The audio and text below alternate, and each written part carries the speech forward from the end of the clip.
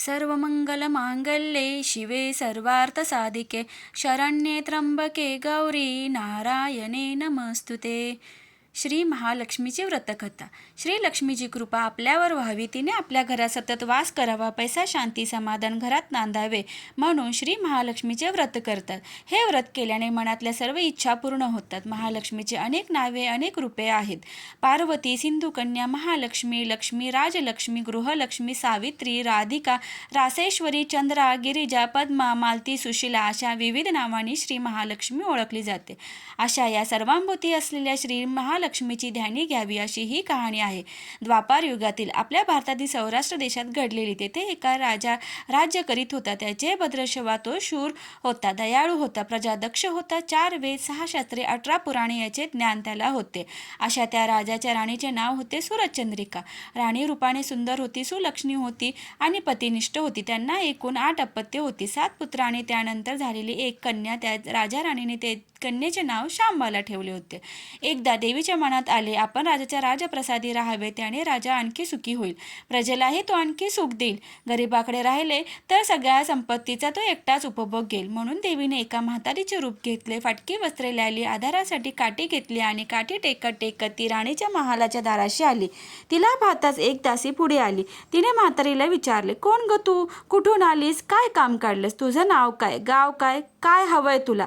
म्हातारीचे रूप घेतलेली श्री महालक्ष्मी म्हणाली, माझं नाव कमलाबाई, द्वारकेला राहते मी, तुझ्या राणीला भेटायला आली आहे. कुठे आहे ती? दासी म्हणाली, राणीसाहेब महालात आहेत, त्यांना सांगायला गेले तर त्या माझ्यावर रागवतील, तुला त्या कशा भेटतील, तुझा अवतार पाहून तुला त्या हाकलवूनच देतील, तू इथेच थोडा वेळ आडोशाला थांब. म्हातारीला राग आला. ती संतापून म्हणाली, तुझी राणी गेल्या जन्मी एका वैश्याची पत्नी होती, तो वैश्य फार गरीब होता, त्यावरून त्या दोघांचे नेहमी भांडण होत.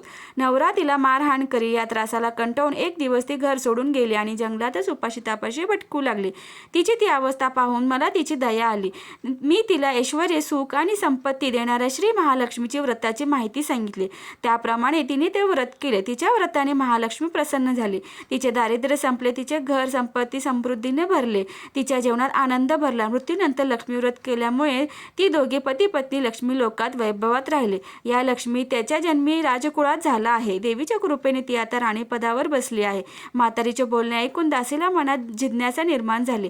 तिने म्हातारीला पाणी दिले, नमस्कार केला आणि म्हणाले, मला सांगाल ते व्रत मी करेन ते नेमाने. उठणार नाही, मातणार नाही, घेतला वसा टाकणार नाही. म्हातारीने दासीला लक्ष्मी व्रताची माहिती सांगितली व ती उठली व काठी टेकीत निघणार तेवढ्यात राणी तरातरा महालातून बाहेर आली.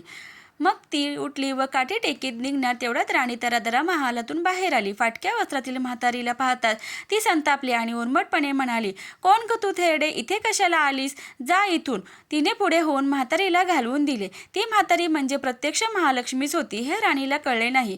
राणीचा तो उर्मटपणा पाहून महालक्ष्मीने तिथे न थांबता स्वस्थानी जाण्याचे ठरवले. राणीचा तो महाल सोडून म्हातारी निघणार तोच एक मुलगी लगबगीने बाहेर आली. ती मुलगी होती राजकन्या सांबाला. तिने येऊन म्हातारीला नमस्कार केला व निकळ वळून म्हणाली, आजी रागावू नका, माझी आई चुकली, तिच्यासाठी मला क्षमा करा, मी तुमच्या पाया पडते. राजकन्याचे ते बोलणे ऐकून श्री महालक्ष्मीला तिची दया आली. तिने शांबाला लक्ष्मी व्रताची माहिती सांगितली. तो दिवस मार्गशीर्ष महिन्यातला पहिला गुरुवार होता. पुढे त्या दासीने लक्ष्मी व्रत केले. तिची स्थिती सुधारली. दासी पण सोडून ती संसार सुखाने करू लागली. राजकन्या शांबालानेही भक्तिभावाने सांगितल्याप्रमाणे महालक्ष्मी व्रत केले. सगळे नेमधर्म पाळून दर गुरुवारी तिने ते व्रत केले. शेवटच्या गुरुवारी उद्यापन केले. लवकरच शांबलेचा विवाह सिद्धेश्वर नावाच्या राजाच्या मालाधार नावाच्या राजपुत्राशी झाला. तिला राजवैभव मिळाले. लक्ष्मी व्रताच्या प्रभावाने तिचा संसार सुखासमाधानाचा चालू लागला. पण इकडे भद्रशवा व राणी चंद्रिका यांना हळूहळू वाईट दिवस दिसायला लागले.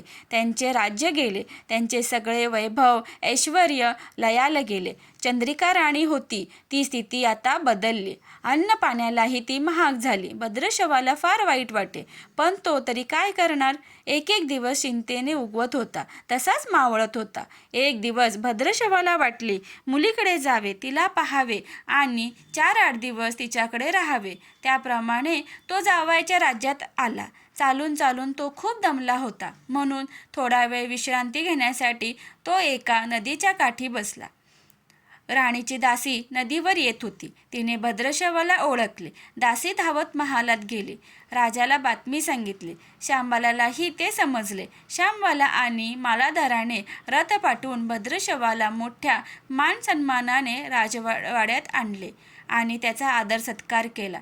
काही दिवस जावयाचा आणि मुलीचा पाहुणचार घेत भद्रशवा राजवाड्यात राहिला. आता परत जायचे विचार त्याच्या मनात घुळू लागले. जावयाला त्याने तसे सांगितले. जावयाने संमती दिली. भद्रशवा परत जायला निघाला तेव्हा शांबालाने एक हंडा भरून धन पित्याला दिले. तो हंडा घेऊन भद्रशवा घरी आला. मुलीने धनाने भरलेला हंडा दिला आहे हे ऐकून सूरचंद्रिकेचा आनंद गगनात मावेना. घाईघाईने तिने हंड्यावरचे झाकण काढले. आत पाहते तर काय, हंड्यात धन नव्हतेच, होते फक्त कोळसे. महालक्ष्मीच्या अवकृपेने हंड्यातल्या धनाचे कोळसे झाले होते. चंद्रिकेने कपाळावर हात मारून घेतला. भद्रशवा हा चमत्कार पाहून चकित झाला होता.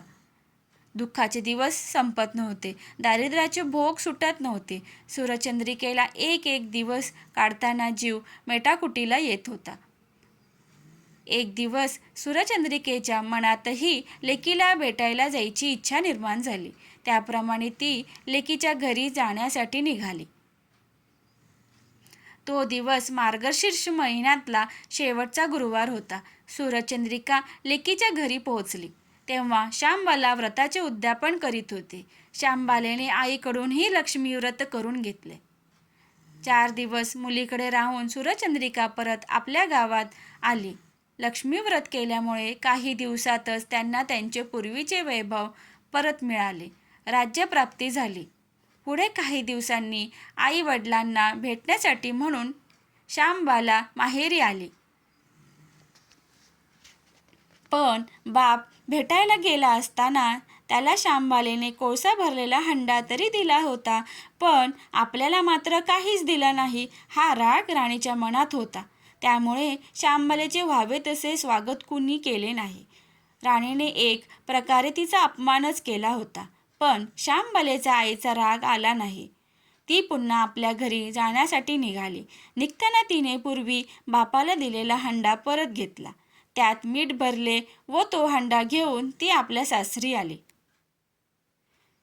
स्वगृही आल्यावर मालाधराने शांबलेला विचारले, माहेरहून काय आणलंस? शांबालेने बरोबर आणलेल्या हंड्याकडे बोट दाखवले. मालाधराने झाकण काढून आत पाहिले तर हंड्यात मिठाचे खडे. मालाधराने चकित होत पत्नीला विचारले, हे काय? या मिठाचा काय उपयोग? शांबाला म्हणाली, थोडं थांबा म्हणजे कळेलच. त्या दिवशी शांबालेने कुठल्याच पदार्थात मीठ घातले नाही. सगळेच पदार्थ अळणी. मालाधार जेवायला बसल्यावर तिने त्याला सगळे पदार्थ वाढले. सगळे जेवण त्याला अळणी लागले. मग शांबालेने पाण्यात थोडे मीठ वाढले. अन्न पदार्थात ते मिसळताच बेचव अन्नाला चव आली. हा मिठाचा उपयोग. शांबाला पतीला म्हणाले. मालाधारालाही तिचे म्हणणे पटले. थोडक्यात जे कोणी महालक्ष्मी व्रत श्रद्धेने आणि मनोभावे करतील त्यांना श्री महालक्ष्मी प्रसन्न होऊन त्यांच्यावर तिची कृपा होईल. पण श्रीमंती आल्यावर सुद्धा माणसाने उतू नये. नित्यनेमाने श्री महालक्ष्मी व्रत करावे. देवीची मनन चिंतन करावे, म्हणजे देवी सदैव तुमच्या पाठीशी उभी राहील, तुमची मनोकामना पूर्ण करेल. महालक्ष्मीची ही कथा कहाणी गुरुवारची सुफळ संपूर्ण. ओम महालक्ष्मी नमः. ओम शांती शांती शांती.